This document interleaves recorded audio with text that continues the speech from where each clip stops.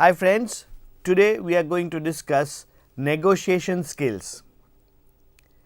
The word negotiation means a discussion intended to produce an agreement. If we comprehend each word that explains negotiation, we have to understand discussion in the perspective of negotiation. The second word is intention, which has to be comprehended in the perspective of negotiation. The third word is produce, which we have to understand in the perspective of negotiation. And last but not the least, we have to perceive the word agreement in the light of the process of negotiation. Negotiation plays a major role in almost everybody's life. At some point or the other, almost all human beings enter into negotiation. In the perspective professional life, one would think of negotiation in the areas of contract, labor, wages, deadlines, workload, etc. In the personal sphere, one would negotiate in the areas of social responsibilities, social gatherings, medical treatment, ethical and moral bindings, etc. Any discussion that requires a decision at some level with an expected or unexpected outcomes involves and requires negotiating skills.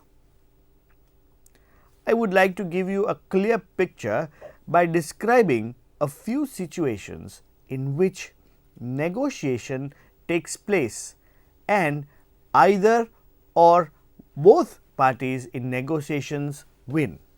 The employees of the marketing department in a company have accomplished a project by working really hard for 3 months. They want the company to give them a holiday for 1 week, practically 5 working days. They proposed this to the manager of the department, but the manager was not ready to give a leave for 5 working days. The employees appointed a representative to talk with the manager for the same. Finally, at the end of negotiation with the representative and the manager, they came to the conclusion that the company will sponsor a trip for the employees to a nice destination for 3 working days. Another example where a college student wants to go for a movie with friends, but at the same time the entire group has to complete an assignment given by the professor. The parent does not allow the ward for the movie. Finally, at the end of the negotiation, it is decided that the group of the friends gather at the student's home, finish the assignment, and only if the assignment is over, they will be allowed to go for the movie and a dinner as well. Now, if you understand both these examples, the negotiation has led to a win-win situation for both the parties in negotiation. Both the parties are at benefit. If the negotiator were adamant and not assertive, the parties would not have gone to a workable solution. The components of successful negotiation are preparation, communication skills, emotional control, final negotiation, and closing the deal. Let us understand the aspect of preparation. In any aspect of life, preparation plays a major role. Preparation builds strength and knowledge. It allows us to know more details of the issue to be negotiated. As per the need, we may also gather details of such situations in other companies and support a negotiation by citing such issues. In the art of negotiation, it is not the preparation of the intricacies of the issue which is only important, but to know the person with whom the negotiation has to be done is equally important. One must understand the traits, likes, dislikes of a person before initiating the negotiation. There are different types of persons. Someone may like to be informal while negotiating, or some other may stick to sheer formality only. The usage of vice versa may lead to unexpected or non-workable deals. Identifying that different personalities command different approach will facilitate more fruitful discussions and win-win situations. Preparation also includes the negotiator's skill to understand the goal. One must also be clear and ready to let go to certain limits. As both the parties in negotiation are assertive and not aggressive, they must be able to compromise at workable solutions. The only care which both parties have to take is not to allow the other to enforce upon the former their demands beyond their ultimate compromising limits. Now let us consider communication skills. The key communication skills which are necessary for effective communication during negotiations are dynamic or active listening. Second, lucidity of message.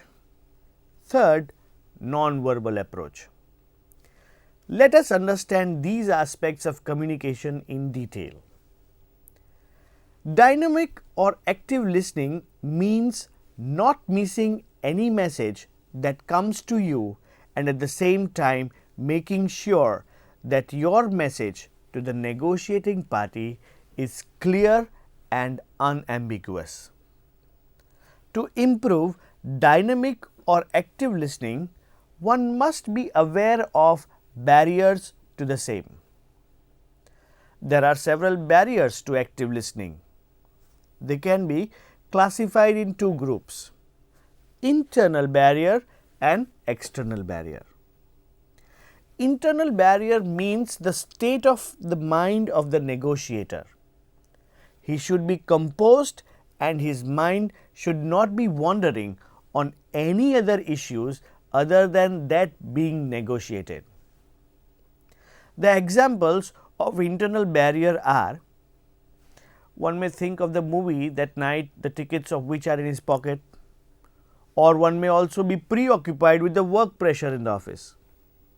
Such internal barriers have to be eliminated, and the negotiator should be all set to contribute to the issue discussed. Poor listening habits are also due to the closed mind towards the person as well. One must shun the personal issues that come in between the issue being negotiated. The next aspect is lucidity of message. A negotiator, unless it is a negotiation to buy time, must fully endorse to the saying, "Language is a medium to express, not impress." The negotiator has to develop a chronology of the thoughts to be presented in a very easy language, so that the other party understands each message clearly and does not assume anything to be fishy in the matter.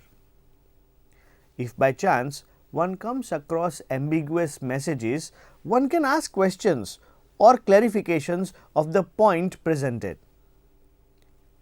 Try to focus on the points to be discussed rather than giving too much of background for the same.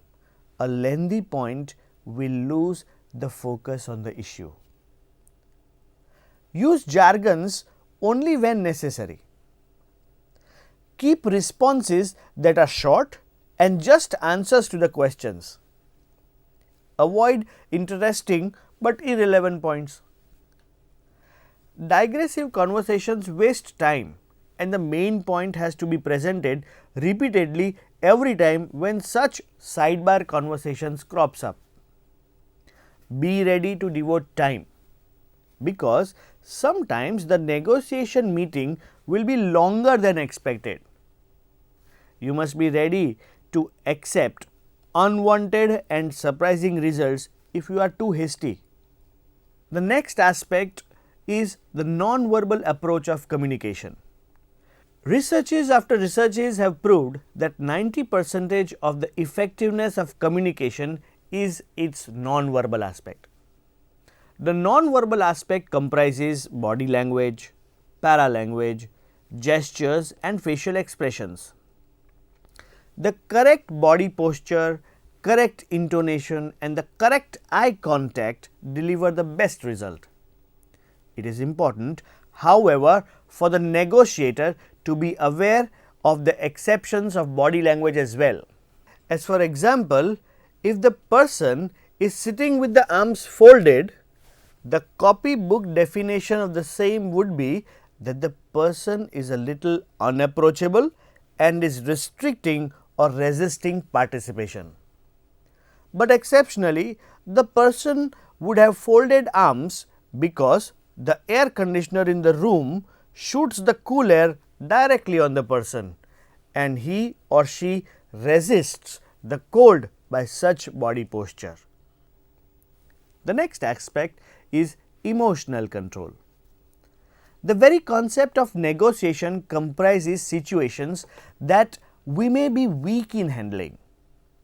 We may come across issues which we do not like at all. We may come across discussions which may lead to some personal comments as well. Overcoming such situation with proper emotional control is the most important attribute during negotiation. However, there is no one single surest remedy to overcome emotional outbursts, but the best is to take a time out. This will give time to overcome your emotions. Maybe you can collect more information by going out of the room to collect a file or to freshen up. In the process of emotional control, you may have to deal with difficult people too. As a trait of good negotiator, one must always include difficult people in the conversation rather than avoiding them.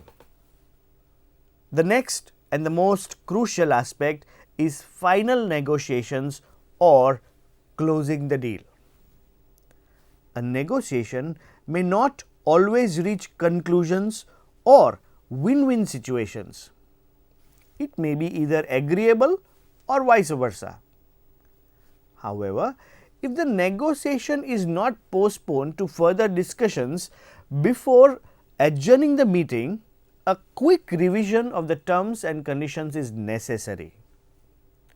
This will make both parties comfortable and will depart with a common understanding. Now let me sum up the lecture in short.